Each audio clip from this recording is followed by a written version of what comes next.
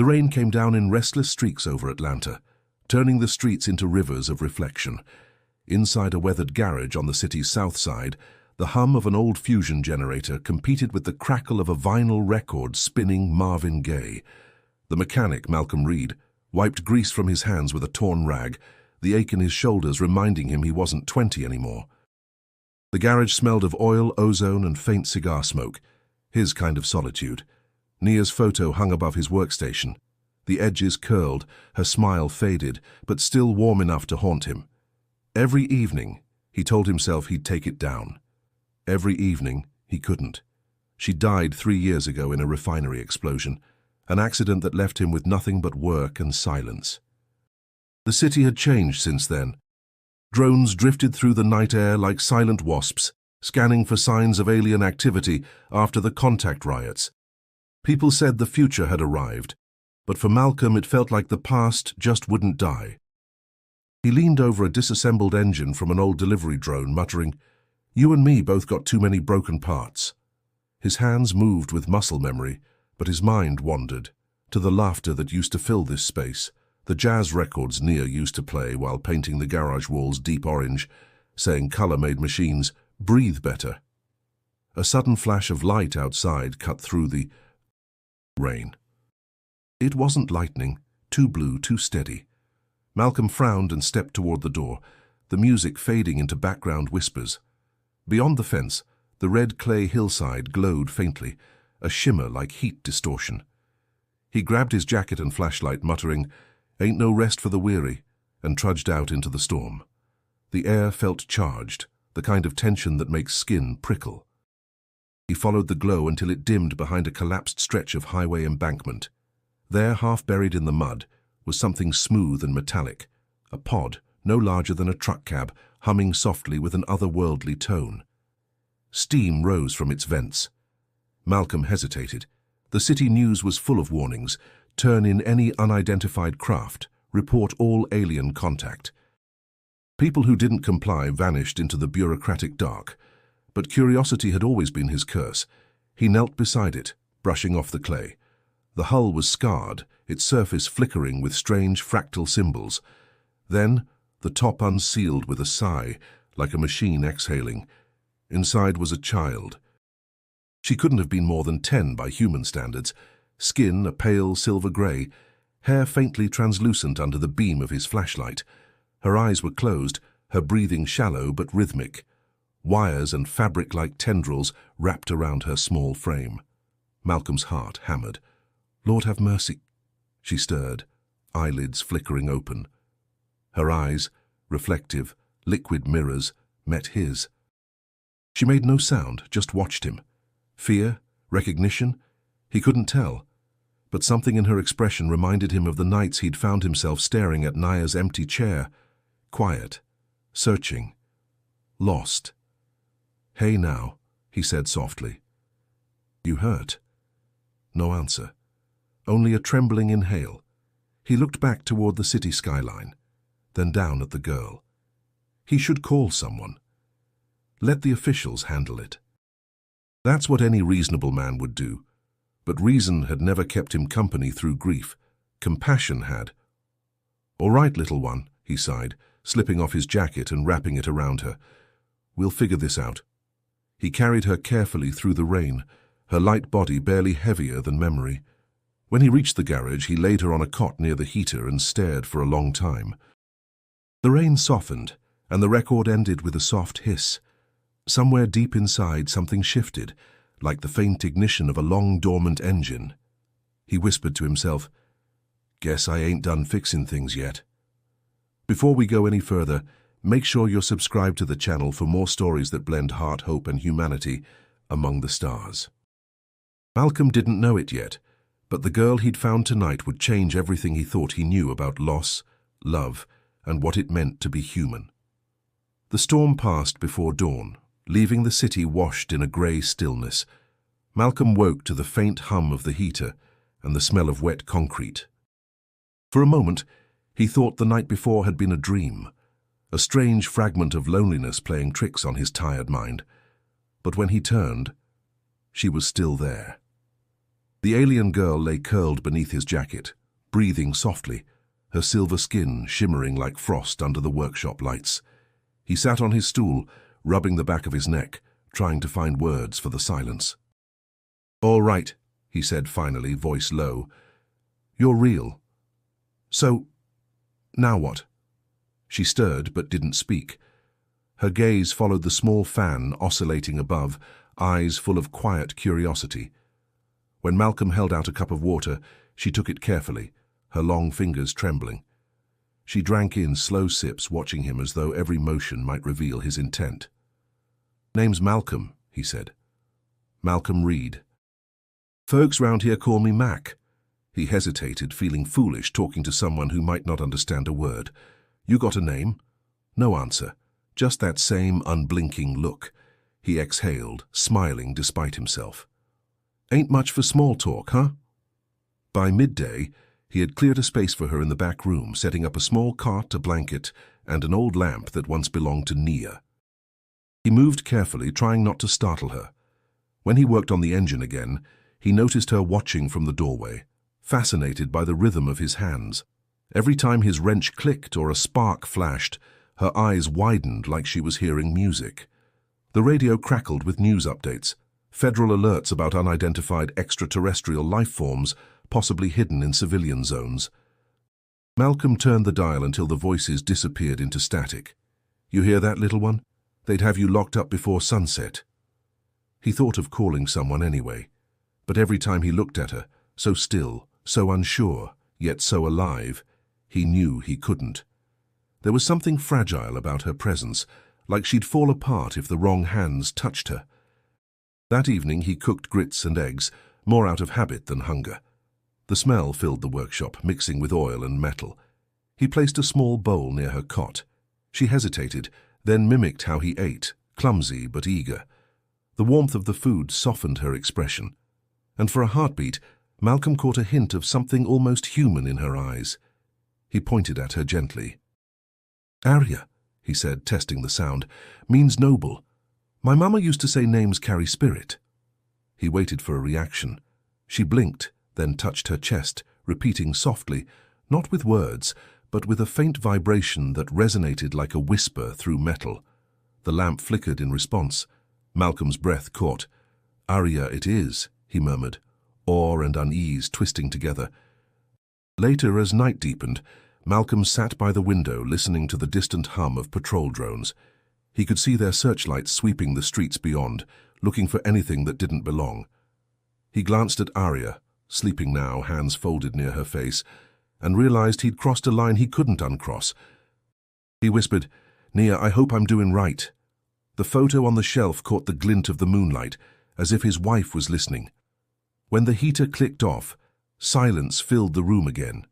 Only the faint rhythm of Arya's breathing broke it, a quiet pulse that steadied something deep inside him. For the first time in years, the loneliness felt less like a weight and more like space being filled. Outside, the night was still and heavy, but in the corner of the garage, a small light blinked to life on the broken drone engine. Arya's faint hum echoed once more, soft, melodic, deliberate.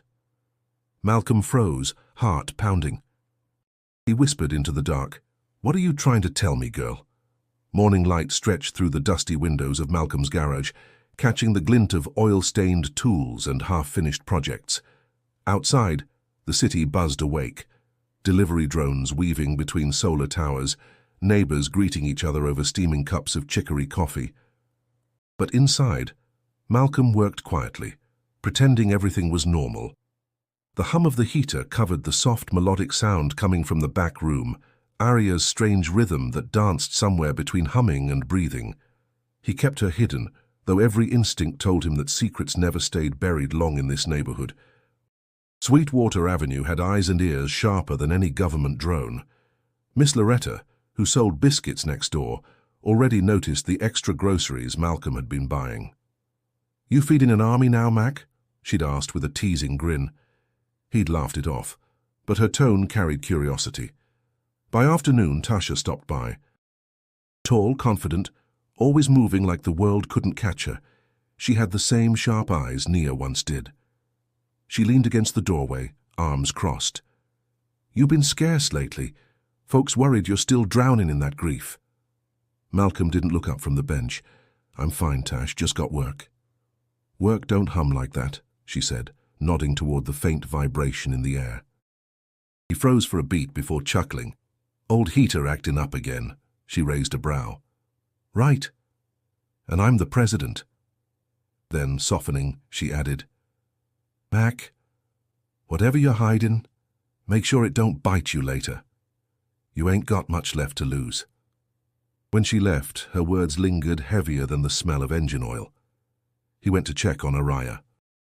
She sat on the cot, sketching something in the dirt with a piece of wire, lines that looped and intersected like circuits. When she noticed him, she stopped, eyes wide with guilt. He smiled gently. "It's all right. Just, maybe don't draw on the floor, yeah?" She tilted her head, confused but sensing his kindness. When he reached for the wire, it vibrated faintly in his hand, pulsing with a faint blue glow before fading. His breath caught. Whatever she wasn't dangerous, just different. As the sun dipped, neighborhood kids raced hoverboards down the cracked street, their laughter mixing with the smell of barbecue from the corner stand. The sense of life outside his garage felt painfully distant, like a world he'd been exiled from. Arya peeked through a window crack, eyes wide at the sight of people smiling, shouting, being human. He watched her and said softly, "That's the neighborhood. Good folks mostly, but they'd never understand you." Her gaze met his, curious, questioning. He sighed. "Guess they don't understand me much either." That night, while fixing a carburetor, he heard the faint buzz of surveillance drones sweeping over the rooftops. Through the skylight, red lights flashed across the clouds. The city was restless again. News bulletins warned of unregistered entities and alien interference in local networks. People whispered about raids, disappearances, informants. The next morning, Loretta waved him down. "Mac, you hear about the sweep last night? Block over lost power soon as a drone passed. Some say aliens messing with tech again." Malcolm forced a chuckle. "Aliens don't bother with places like this. We too broke to invade." She laughed, shaking her head, but her eyes searched his. "You take care now, baby." "Strange times out here." He nodded and went back inside, closing the door a little faster than usual. Arya was sitting on the work table, turning a wrench over in her hands. She looked up and smiled faintly, her first real expression of joy. Malcolm felt his chest tighten. "You can't let anyone see you, you understand?" She blinked, then placed her small hand over her mouth, mimicking silence. The gesture hit him deeper than words could. That night, as he turned off the lights, he noticed the quiet outside. Too quiet. No laughter, no street chatter, just the mechanical hum of the city holding its breath. He glanced at the girl asleep on the cot and whispered, "They're starting to look for you, ain't they?" And somewhere deep in his gut he knew the whispering had already begun. The morning came with the metallic scent of rain and the low hum of traffic echoing through the city's veins. Malcolm sat at his workbench, eyelids heavy from another sleepless night. Across the room, Arya crouched beside the broken delivery drone, her thin fingers tracing the grooves of its circuitry, like a child reading Braille. Every time her skin brushed metal, the faintest shimmer of blue rippled through the wires. He'd been watching her for hours, pretending to focus on an engine part. She wasn't just curious, she understood the machines, as if their silence spoke directly to her. The drone's processor, long dead, suddenly gave a soft pulse of light. Malcolm's wrench clattered to the floor. "Well, I'll be damned," he whispered. Arya looked up, startled by the sound, but the pulse didn't stop. She pressed her palm gently against the drone's hull, and the hum deepened into a low, harmonious tone, steady, alive. The air felt charged, the same way it had the night he found her. Malcolm's heart thudded. "There's you're talking to it, ain't you?" She tilted her head, eyes unreadable, then reached for a bolt on the bench. It rolled toward her before she touched it, drawn by some invisible pull.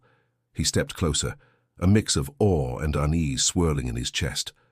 Okay, slow down now," he murmured, raising his hands. "You keep doing that, somebody gonna think I got ghosts in here."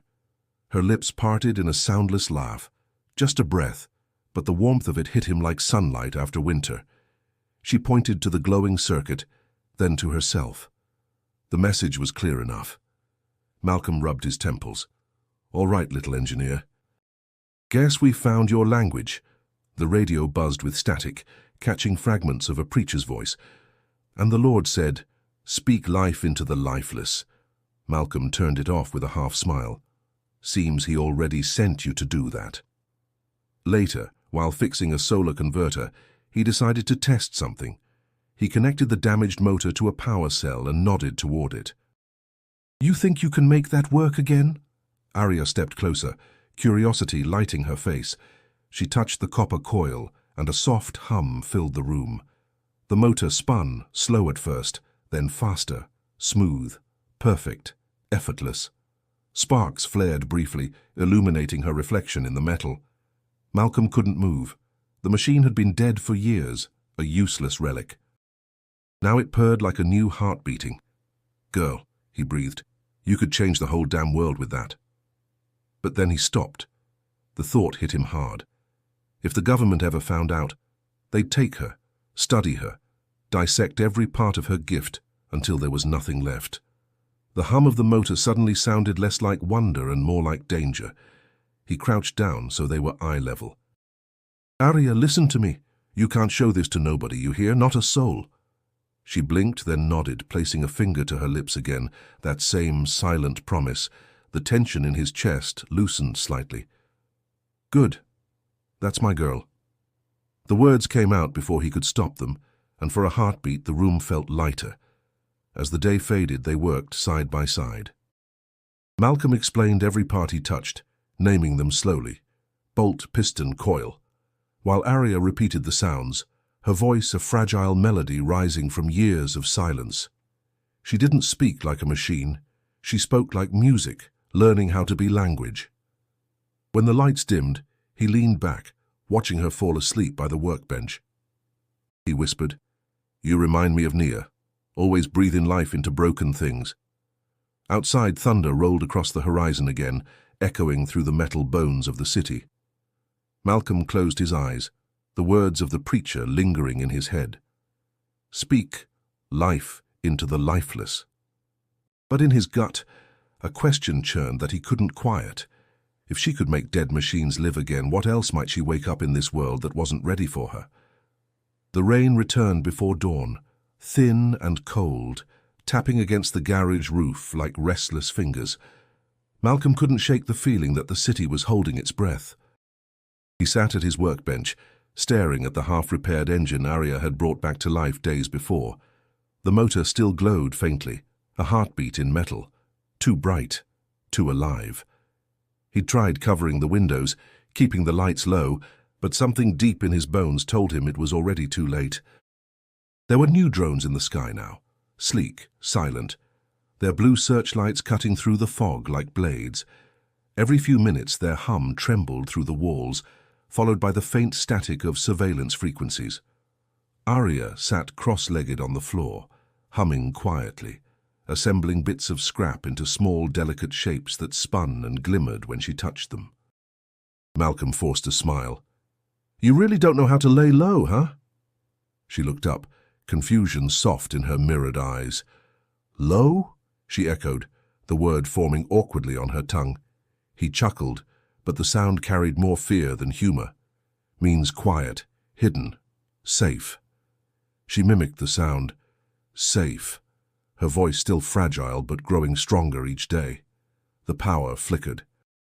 A deep vibration rippled through the floor. Then the sharp sound of tires outside, multiple engines, heavy ones.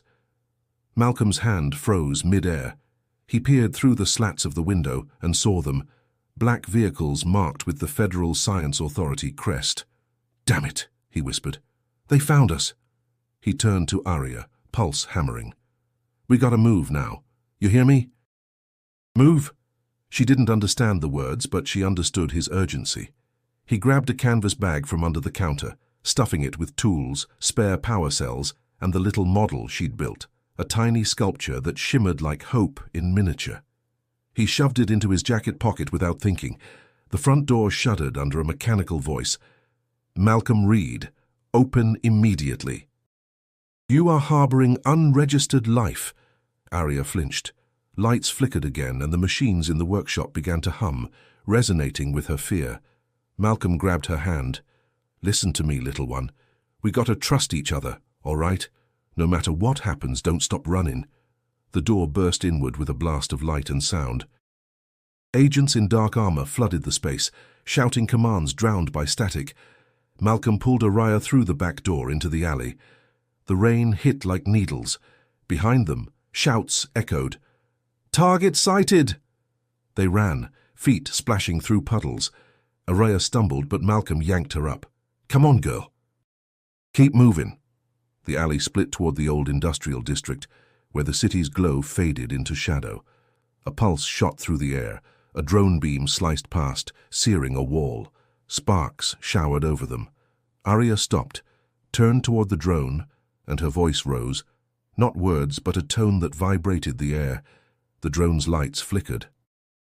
It froze mid-air, trembled, then crashed into the street with a hiss. Malcolm stared, stunned. Did you just... She tugged his sleeve, urging him onward. They cut through an abandoned textile warehouse, the smell of rust and mold thick in the air. His chest burned from running, every breath raw. He thought of Nia, of promises whispered in the dark, that he'd keep building, keep helping, no matter the cost. Now, that promise had found new meaning in the form of this strange, fragile child. Behind them, the night erupted in sirens. The agents were close. They reached a rusted maintenance hatch leading down to the old subway line. Malcolm yanked it open and gestured for Arya to go first. She hesitated, eyes wide. "It's okay," he said, voice breaking. "I got you." She slid down, vanishing into the dark. He followed, sealing the hatch just as boots thundered above. In the blackness below, the tunnel smelled of damp earth and iron. Arya's faint hum echoed off the walls, soft and trembling. Malcolm leaned against the cold stone, gasping. "We made it," he whispered, though he wasn't sure it was true. Above them, the garage, the last piece of his old life, burned. Through the cracks, a flicker of orange light seeped down like a dying memory. Malcolm closed his eyes and whispered, "Guess we start again." The tunnel stretched like an endless vein beneath Atlanta, carved long ago and forgotten by most. The air was heavy with rust and damp concrete, carrying the scent of old electricity. Malcolm's flashlight flickered, casting trembling shadows across the tiled walls, tagged with decades of graffiti, names, prayers, and warnings from those who'd vanished below the city. Arya walked close behind, her small footsteps echoing softly. The hum of her presence seemed to comfort the silence, vibrating faintly against the dripping pipes. Every sound down here mattered. Every echo could mean safety or discovery. Malcolm's legs ached from the run, but adrenaline kept him sharp. "All right, girl," he whispered, glancing back. "We'll lay low here till I figure something out." She nodded, her mirrored eyes reflecting the weak light. As they rounded a corner, a faint glow appeared ahead. A warm orange flicker, unnatural in this forgotten place. Malcolm froze. Voices drifted through the air, low but steady. Someone was here. He tightened his grip on the wrench he carried, his heartbeat loud in his ears. Then a familiar laugh cut through the dark. "You lost, brother? Or you looking for ghosts?" Malcolm exhaled with relief. "Darius," he muttered, stepping forward. From the shadows emerged Uncle Darius, broad-shouldered, graying beard streaked with silver, an old mechanic turned underground engineer. His clothes were patched with glowing threads of scavenged fiber optics. "Boy, you still finding trouble like it's your side job," Darius said, grinning. Malcolm chuckled tiredly. "Didn't exactly plan it." Darius's gaze fell to Arya. The grin faded, curiosity and wariness settling in. "That what I think it is?" "She's a child," Malcolm said sharply. "That's all that matters." Darius studied her for a moment longer, then nodded toward the tunnel beyond. "Come on, you can rest with us. But you best keep her quiet. This place got ears you don't want to wake." They followed him through winding corridors until the tunnel opened into a cavernous space. Makeshift lights hung from cables, illuminating a hidden community, families, refugees, and old workers who'd escaped the chaos above. Small gardens grew in plastic bins under recycled lamps. The low buzz of conversation mixed with the hum of generators. "This is what's left of the old Marta line," Darius explained. "Government gave up on it, so we made something out of the scraps." Arya's eyes widened at the sight of it all, the glow, the laughter, the rhythm of life surviving underground. Malcolm caught her expression and smiled faintly. "Ain't much, but it's home for now." A young woman approached, carrying a crate of circuit boards. "Uncle D, who's the new folks?" she asked. Her voice carried confidence. "This here's Keisha," Darius said. "Smartest coder you'll ever meet." Keisha glanced at Arya, curiosity bright in her gaze. "She don't look local." Malcolm answered softly. "She ain't." Keisha raised a brow, but didn't press. "All right then. Long as y'all pull your weight, nobody asks too many questions." As the night settled, Darius shared food. Canned beans and cornbread warmed over a burner. The taste of salt and smoke grounded Malcolm, a reminder of simpler days. Across from him, Arya studied the flicker of the flames like she was learning something sacred. After they ate, Darius leaned closer, voice low. "You know they'll come for you again, right? Folks up there don't forgive people who break their rules." "I ain't handing her over," Malcolm said firmly. Darius nodded, respect in his tired eyes. "Didn't figure you would. You always had Nia's stubbornness." At the mention of her name, Malcolm looked away, jaw tight. "She'd have wanted me to protect this girl." Silence lingered between them, filled only by the distant rumble of passing trains above. Later, when the others slept, Malcolm found Arya sitting near a cracked mosaic mural on the wall, old art depicting the civil rights era, faded but still powerful. She reached out, tracing the faces carved into stone, her voice a soft hum of sorrow. Malcolm watched, the weight of what they'd escaped pressing on him. For the first time in years, he felt like part of something living again, fragile yet unbreakable.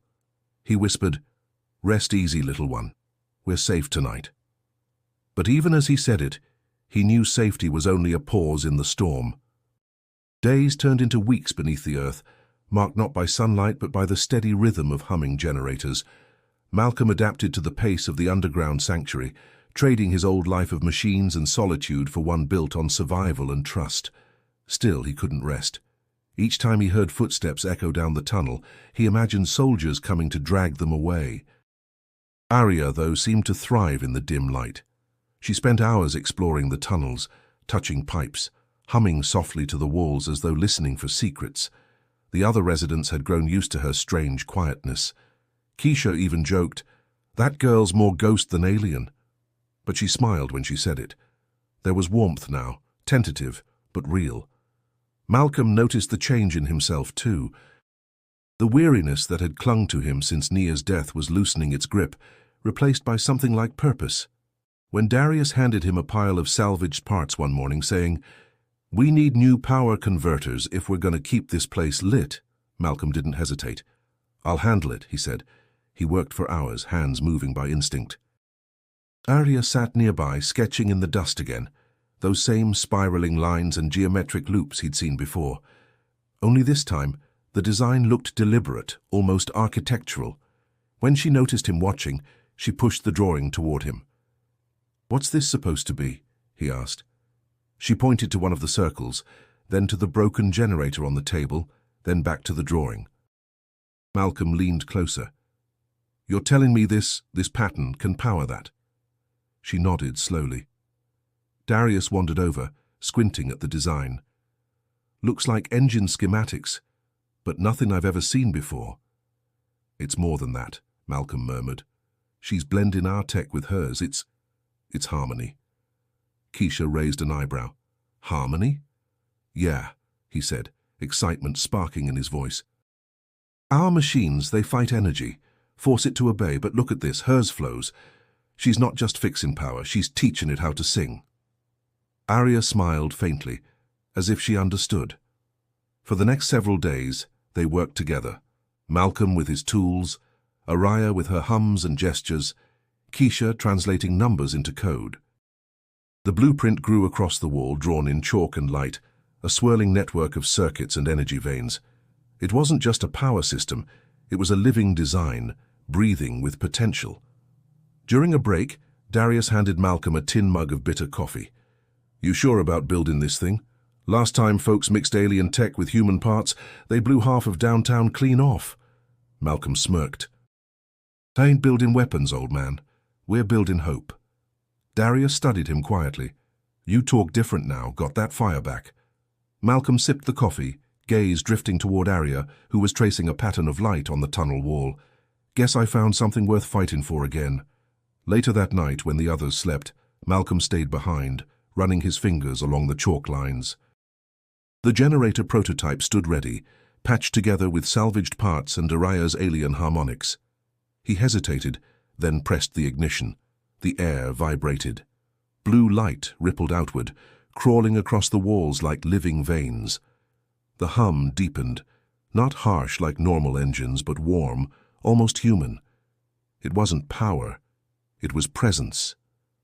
For the first time, the sanctuary glowed evenly. No flickers, no smoke. Just light, steady, pure. Keisha stumbled out from her corner, eyes wide. "Holy hell, you actually did it!" Arya turned to Malcolm, her mirrored eyes bright with quiet pride. "Home," she said softly, her voice carrying both joy and ache. Malcolm swallowed hard. "Yeah, baby girl." "Feels like home." The people of the sanctuary gathered, faces illuminated by the clean light. Murmurs filled the space. Astonishment, gratitude, hope.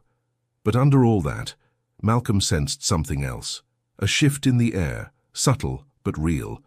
Because miracles had consequences, and light had a way of drawing eyes. Even the ones he prayed would never find them again. The underground light hadn't stopped glowing since the day they powered the new generator. It pulsed gently through the tunnels like a heartbeat, feeding warmth and stability to the sanctuary.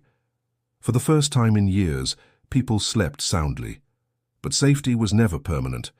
It was a borrowed moment in a world built on fear. Malcolm could feel it. Every time he looked up at the concrete ceiling, he imagined eyes above it, watching, measuring, waiting. News still trickled down through the scavengers who came from the surface. They spoke of surveillance drones searching the southern sectors, of energy readings that didn't match anything on government records. Someone up there had noticed the light. Araya didn't seem to care. She was growing stronger, her once fragile hum now steady as a song that belonged to the earth itself. She spent her mornings near the generator, fingers dancing over the wires, humming to keep it in rhythm. When the people passed, they smiled at her, calling her the little engineer. One afternoon, Malcolm found her sitting near the tunnel's end, staring at a small crack in the ceiling where a single shaft of sunlight pierced through. Dust floated in the beam like slow sparks. "You miss the sky?" he asked, kneeling beside her. She nodded.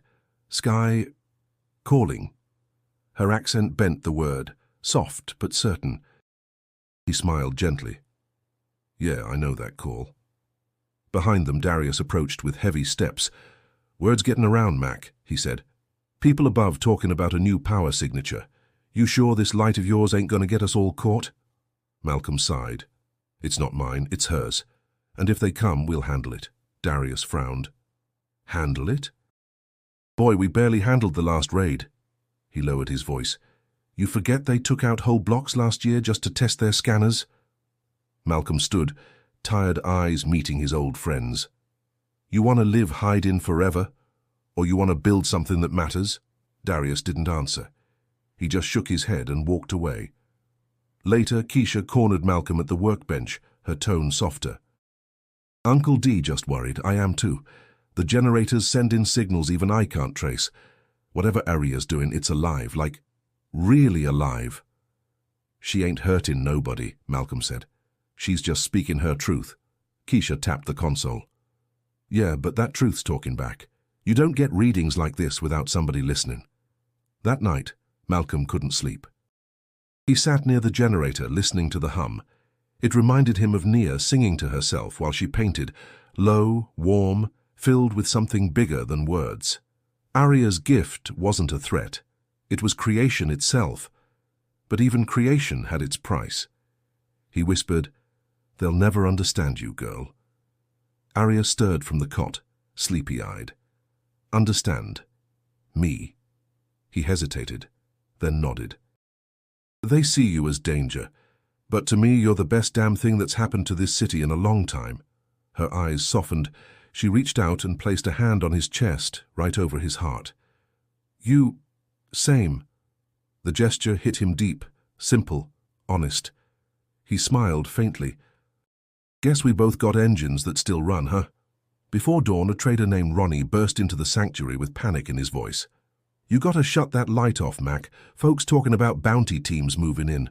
Corporate mercs, not feds. They think there's alien tech down here worth a fortune. Malcolm's stomach dropped. How long we got? Day, maybe less. He turned to Darius and Keisha. We take the engine apart, scatter it. If they find nothing, they move on. Aria shook her head, fear flickering in her eyes. No. Must stay. Must sing. Malcolm knelt beside her, voice firm. You can't fight them with songs. She looked up at him, a strange light rising behind her gaze. Not fight. Call. The word chilled him. Call who? She didn't answer. But when she touched the generator, the hum changed pitch, echoing through the tunnels, deeper, louder, like something alive responding from far away. Above them, unseen, the sky stirred. The hum of the generator had become the heartbeat of the sanctuary, steady, alive, and reassuring. But under that rhythm, tension had started to build like static before a storm. Malcolm could feel it in the way people whispered when he walked by, in the way Darius double-checked the security panels, in the flicker of unease behind Keisha's eyes. Hope could unite people, but it could also make them desperate. Rumors had spread that the new light was more than power, that it could heal machines, maybe even bodies. People came from other tunnels asking questions Malcolm couldn't answer. You brought something special down here, one man said, his voice sharp with greed. You ought to share it. Malcolm's patience wore thin. We share what keeps us alive, nothing more. But the word miracle traveled faster than truth. By the week's end, strangers lingered at the entrances, faces half hidden, eyes hungry.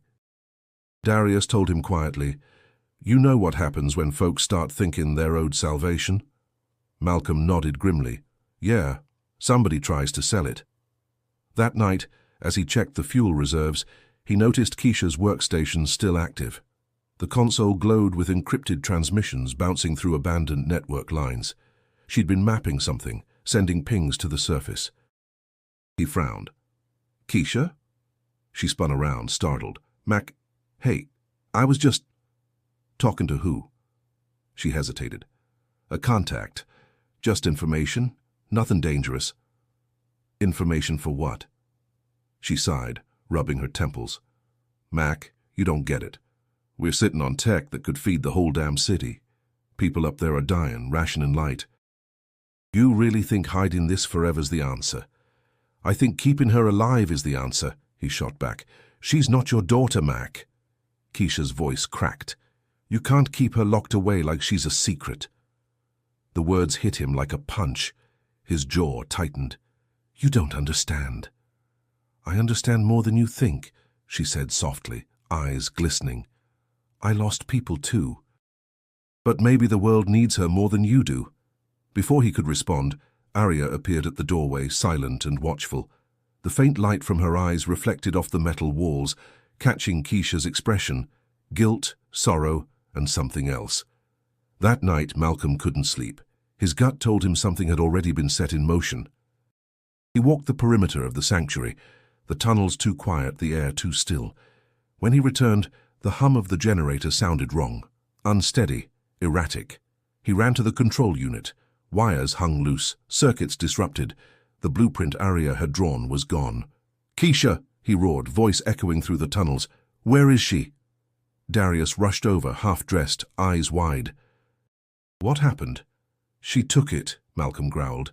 The damn blueprint sold us out. They found the trail near the old subway shaft, fresh boot prints leading toward the surface.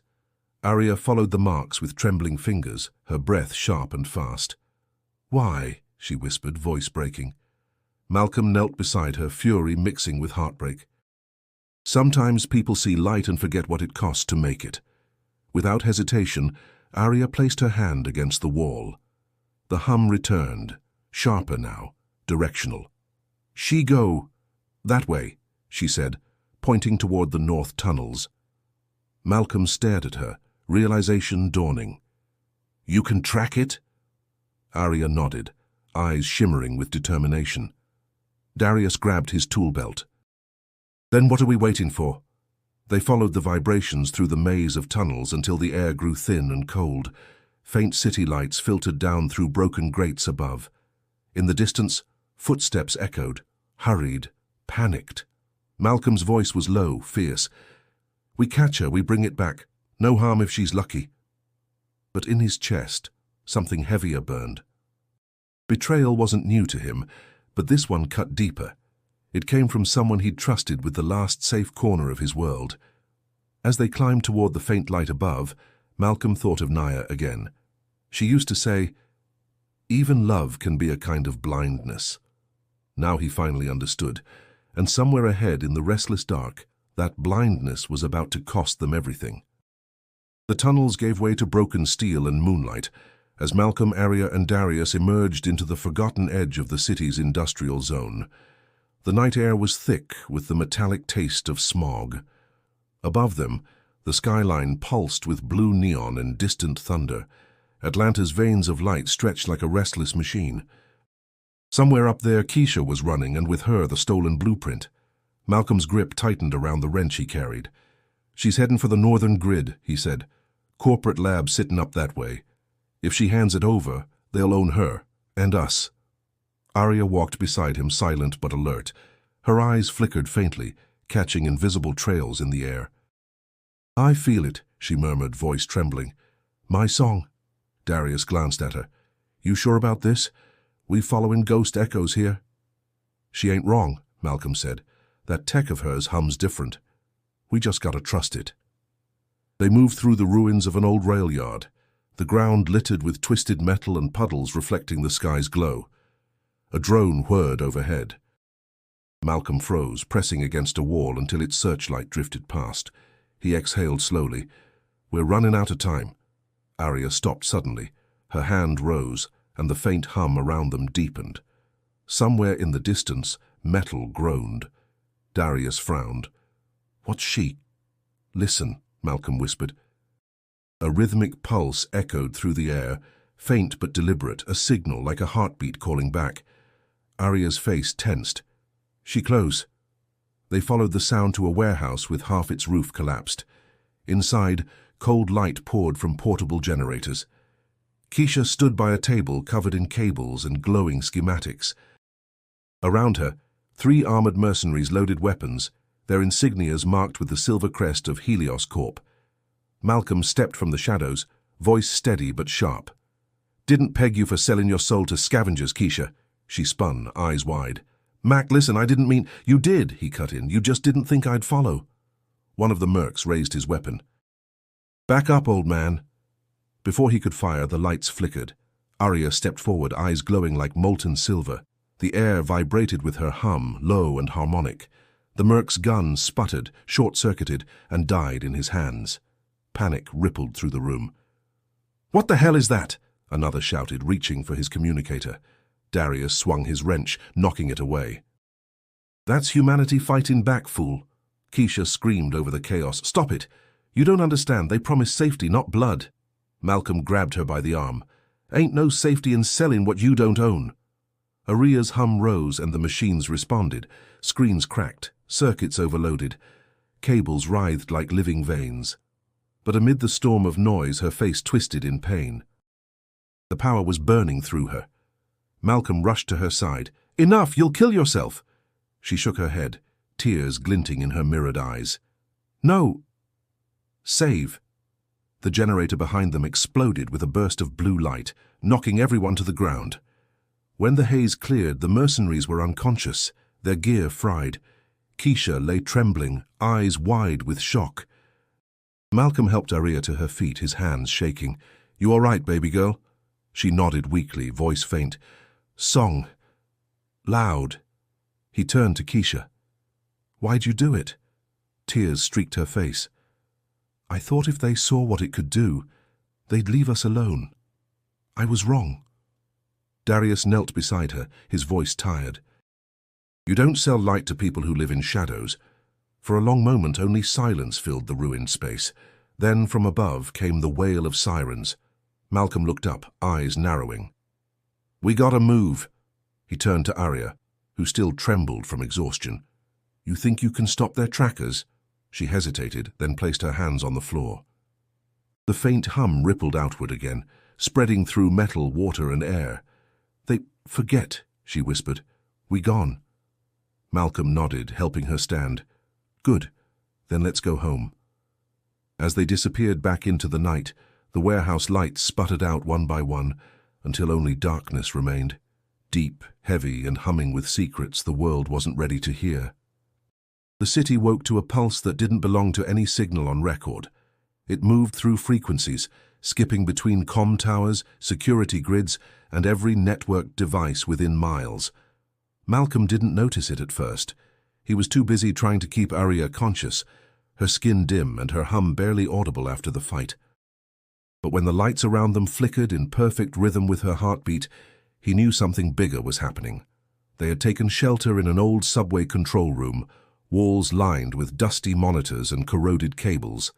Darius worked on patching an old terminal, sweat running down his forehead.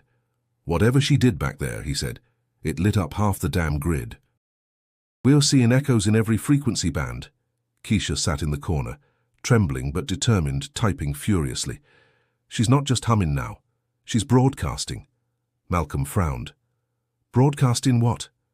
Everything, Keisha whispered. Her memories, her voice, her truth. Arya opened her eyes, silver fading into warm grey. They must know, she said softly. We not danger. Malcolm's chest tightened. You sure you want to do this? Once that signal's out, you can't pull it back. She nodded. You teach me human heart. Now they must hear. The hum deepened, low and resonant. Darius's screen flared to life, static, dissolving into light. Across Atlanta, every public display and private feed began to play the same transmission. Arya's face, serene yet trembling, projected to millions. Her voice was soft, accented, filled with emotion. I am Arya. I come from far beyond your sky. My people lost home to machines made by their own hands.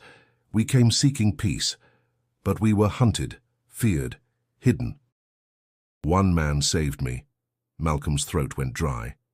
He taught me, she continued, that humanity is not power or war, but care, fixing what is broken, holding what is fragile. You call me alien, but I call him Father.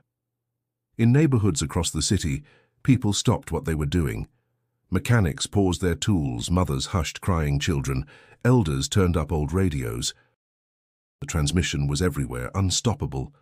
Darius muttered, Well, I'll be damned, she's speaking for all of us. Keisha looked up, tears in her eyes. She's showing them what love looks like when it ain't afraid. Arya's tone grew stronger, her words glowing with conviction. Do not fear light that is new. You taught me this world sings. Let it sing for all. Malcolm couldn't move. Pride and fear warred inside him, the weight of every choice pressing down. He reached out and took her hand, whispering, You're doing what I never could, making 'em listen. But outside, the authorities reacted fast. Reports flooded in, command centers scrambling to cut the feed, corporate satellites trying to jam the signal. None succeeded. Arya's resonance moved like water, adapting, reshaping. Her message was no longer data. It was music encoded in harmony itself. Within minutes, protests erupted above ground. Voices rose demanding freedom for sentient beings, unity between species, justice for those silenced. Across social channels, her image spread. Arya, the quiet girl from the stars, speaking truth with the heart of a child and the soul of a people. Darius glanced at Malcolm, half smiling. You realize she just rewrote history, right? Malcolm shook his head slowly. No, old man. She just reminded us what it's supposed to sound like. The hum subsided. Arya slumped against him, exhausted. They heard? They heard, he said, voice breaking. Whole damn planet heard. Keisha exhaled, finally setting down her keyboard. Then it's done. Outside, faint cheers echoed down through the tunnels, people celebrating a truth they couldn't unhear. Malcolm held Araya close, her breathing steady again. Somewhere in the distance, thunder rolled across the horizon, but this time it didn't sound like warning. It sounded like applause. 2 years passed, and Atlanta no longer looked like the city Malcolm once knew. The skyline shimmered with new glass towers shaped like cords of light, humming faintly with energy, drawn from Aria's harmonic technology. The air was cleaner, the nights less hostile. What had begun in a hidden tunnel had grown into a movement, one that reshaped not only machines, but minds. At the heart of it stood the Interplanetary Research Embassy, built where the old Sweet Auburn rail lines once ran. The building rose in curved layers of black stone and bronze, its design rooted in African geometry and cosmic symmetry. It wasn't a fortress or a lab, it was a promise. Humans and Arians worked side by side within its walls, learning, building, and healing what fear had broken. Malcolm stood outside that morning, watching the sun rise over the city. His reflection in the embassy's glass looked older, the streaks of grey in his beard now clear and earned. A group of young engineers passed by, laughing, their skin glowing faintly with reflected light from the fusion domes. He recognized their joy. It was the kind he used to see in Nia's eyes. Darius approached from behind, limping but smiling. "Still getting sentimental over steel and sunlight, huh?" Malcolm chuckled. "Guess old habits die harder than I do." "You built something good here, Mac. Folks talking about you like you some kind of legend." "Don't say that," Malcolm said quietly.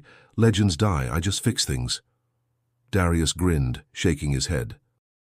"Fixin' things is how you save the world, brother."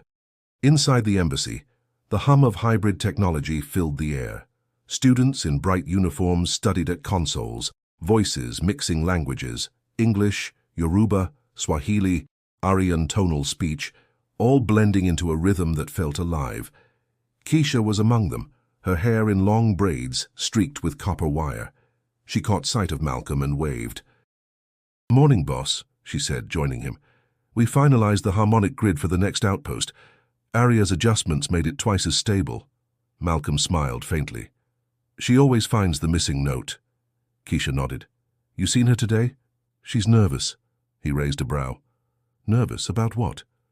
"She's got that speech for the academy graduation this afternoon." "You know she hates crowds." Malcolm laughed softly. "She once faced down an army. She'll be fine with a few thousand folks clapping." Still, his chest tightened at the thought.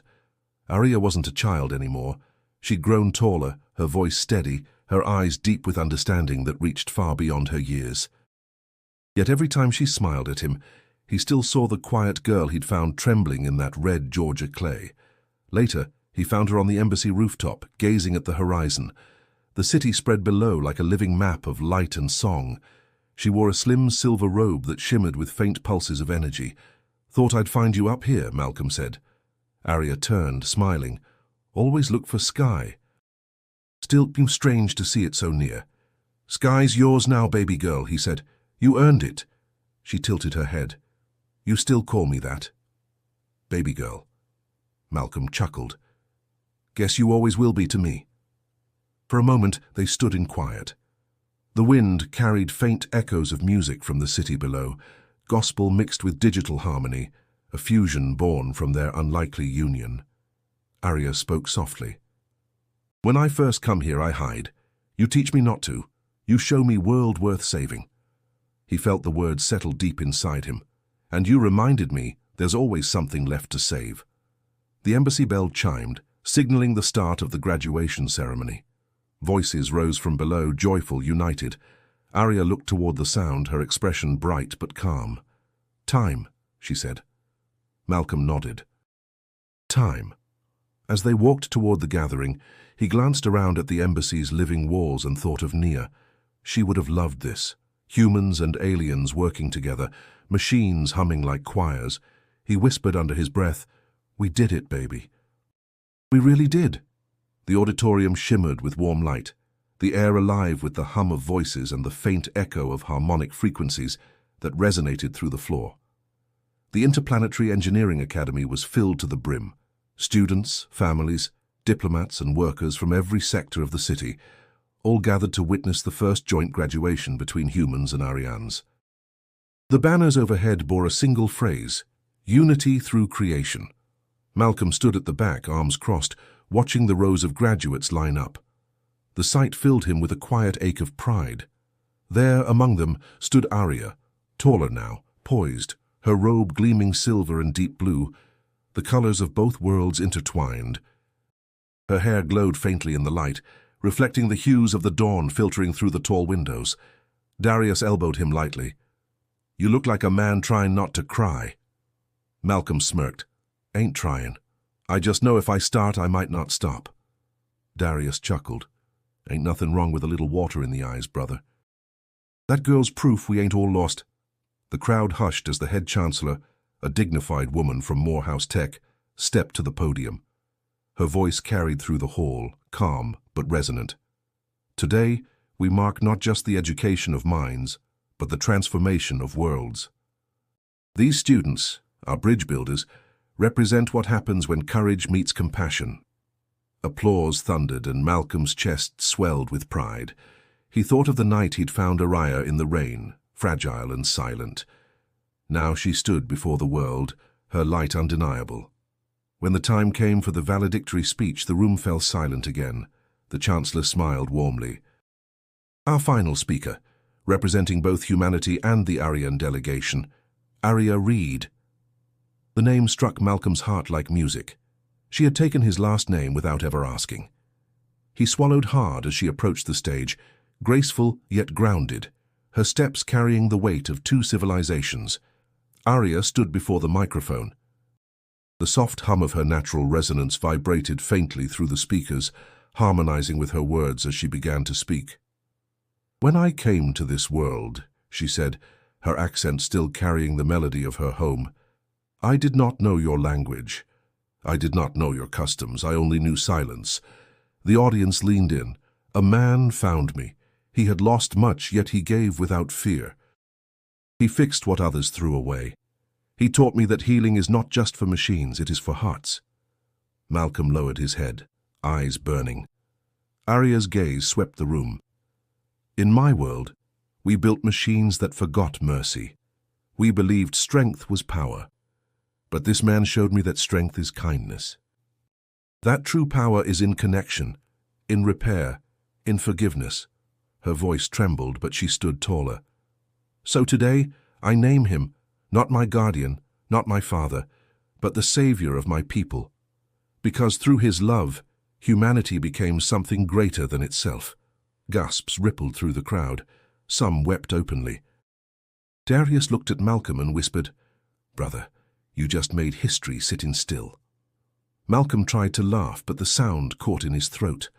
He looked at Aria standing beneath the banners of two worlds and realized she wasn't just thanking him, she was freeing him. Aria continued, her tone rising with conviction. "To every student here, build with compassion. Let your hands make harmony. Let your hearts remember that creation without love leads only to ruin." The room erupted in applause. Aria's resonance joined with the crowd's clapping, a vibration that filled the hall like living music. Malcolm felt it through his bones, through the years of grief that had once chained him. When she stepped down from the stage, she found him waiting near the exit. He said nothing at first, just opened his arms. She ran to him and the applause became distant. He whispered, voice trembling, "You did good, baby girl." She looked up at him, smiling softly. "We did." Weeks after the graduation, Atlanta moved with a new rhythm. The city hummed with a gentler sound, less the growl of engines, more the pulse of harmony born from human and Arian collaboration. Murals of light covered the walls downtown, honoring the moment Aria's voice had changed the world. And tucked in the heart of the old industrial district stood a rebuilt garage, its sign glowing softly against the dusk. Nia's Promise Workshop. Malcolm leaned on the doorframe, wiping grease from his hands. The workshop smelled like metal, ozone, and roasted coffee from the cafe next door. Inside, Young apprentices, humans and Aryans alike, worked on solar converters and hoverpods, their laughter echoing through the space. It felt alive again. A heartbeat returned to its chest. Darius sat in a corner, polishing a battered wrench. "Never thought I'd see the day this old place looked prettier than a church," Malcolm smiled. "Don't blaspheme, old man." "Church got its own kind of shine," Darius grinned. "Yeah, but this one got engines singing praise." Across the shop, an Aryan boy struggled with a circuit panel. Malcolm walked over, guiding his hands with patience. "Don't fight it," he said gently. "Machines don't like to be forced. You talk to 'em, they'll talk back." The boy nodded shyly, and when the circuit glowed to life, his mirrored eyes widened in wonder.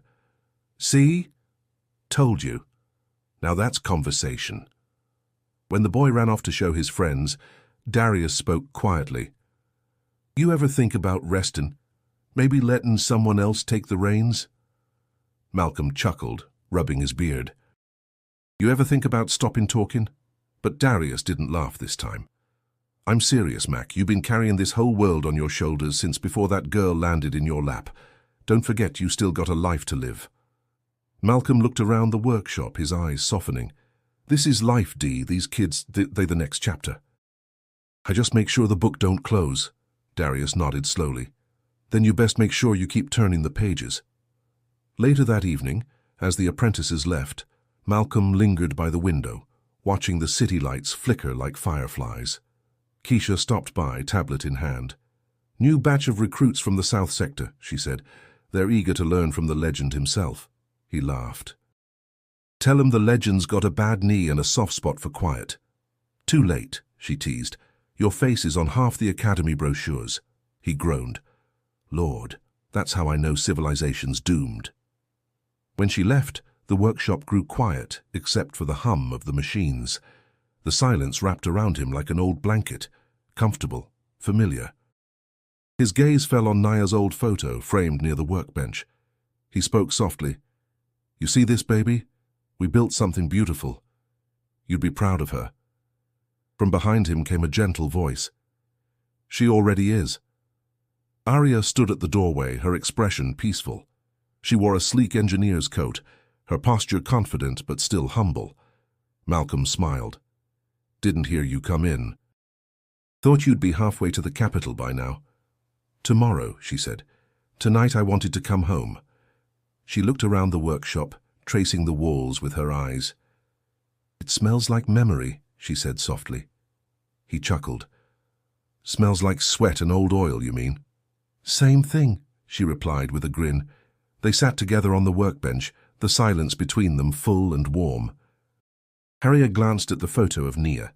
"She the one who teach you how to fix?" Malcolm nodded. "She taught me how to see what's worth fixing." Arya leaned her head lightly against his shoulder. "Then she teach me too." He placed a hand over hers. The years, the loss, the fight, it all settled into something quieter now. A peace built not from forgetting, but from continuing. Outside, the city lights dimmed slightly as the harmonic grid adjusted for nightfall, the soft vibration of energy flowing steady and alive. Malcolm smiled, closing his eyes. "Looks like we finally found balance," he said. Arya whispered, "No, Malcolm. You built it." Morning sunlight crept through the workshop windows, golden and slow, touching the metal shelves like a benediction. The hum of the city had changed again, deeper now, calmer. The harmonic grids that once buzzed with tension now breathed in unison with the rhythms of human life. Outside, air shuttles glided past murals of light, showing Arya's broadcast message, a girl's face and a simple phrase beneath it. "We are one song." Malcolm sat at his workbench, hands folded, staring at the old radio he'd repaired years ago. The static was faint now, replaced by soft melodies, music made by human and Aryan composers together. Every note felt alive, as if the world itself was finally exhaling after centuries of holding its breath. He didn't notice Arya enter, until her reflection appeared beside his in the window. "You're up early," she said gently. He smiled. "Ain't much sleeping left in an old man like me." She sat across from him, her expression bright but thoughtful. "Today's the launch," she said. "Our ships will carry the first harmonic fleet beyond the moon. My people will finally have a home again." "I heard," he said, voice low. "You lead in them yourself?" "Yes. But the core technology, the heart, it's built from your designs." He laughed softly. "My designs? Girl, you the one who sang machines awake." Arya shook her head. "I sang because you gave me the voice. You fixed me first." Silence settled between them. Outside, the faint hum of departing ships filled the air, each engine carrying her harmonic resonance. It wasn't just metal moving through the sky, it was a choir. Darius entered carrying 2 mugs of coffee. "Ain't every day we watch someone fly off to rewrite history," he said with a grin. "World feels lighter, don't it?" Malcolm took a mug and nodded. "Lighter and older all at once." Darius looked at Arya, pride glowing in his eyes. "You take care of him, wherever you go. He don't admit it, but he's going to miss hearing that hum in his shop." Arya smiled. "He always hear it inside." She reached into her satchel and placed a small object on the table, a circular device, no larger than a coin, glowing faintly blue. "It's a link," she explained. "When you touch it, you will hear our song from wherever you are." Malcolm turned it over in his calloused hands. "So I get front row seats to the stars, huh?" "Closer than that," she said softly. "You will always be part of them." He looked up at her, eyes moist. "Guess I can live with that." They stood and walked outside together. The morning light bathed the workshop in warmth. Crowds had gathered across the city, faces lifted toward the heavens. On the horizon, the harmonic fleet shimmered like silver birds rising through blue fire.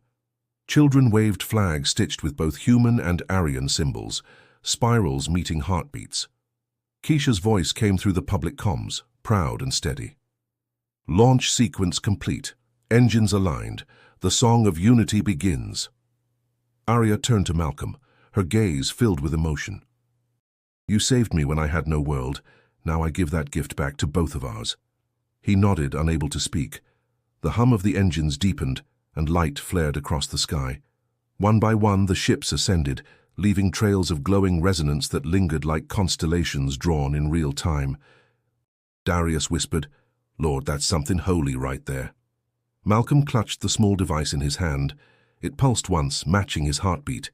The air filled with music, Arya's voice layered over choirs, machines, and wind. It wasn't loud, it was complete. When the last ship vanished into the clouds, he exhaled slowly. "You did it, baby girl." Her final message came through the device, soft but clear. "No, we did. You taught us the song of humanity."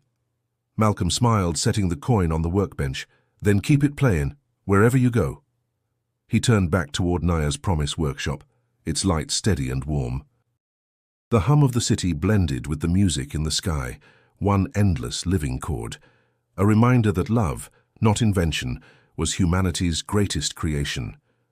Before the sound faded, his voice carried softly into the air. "If this story touched your heart, subscribe and keep listening. The next song is waiting for you right here."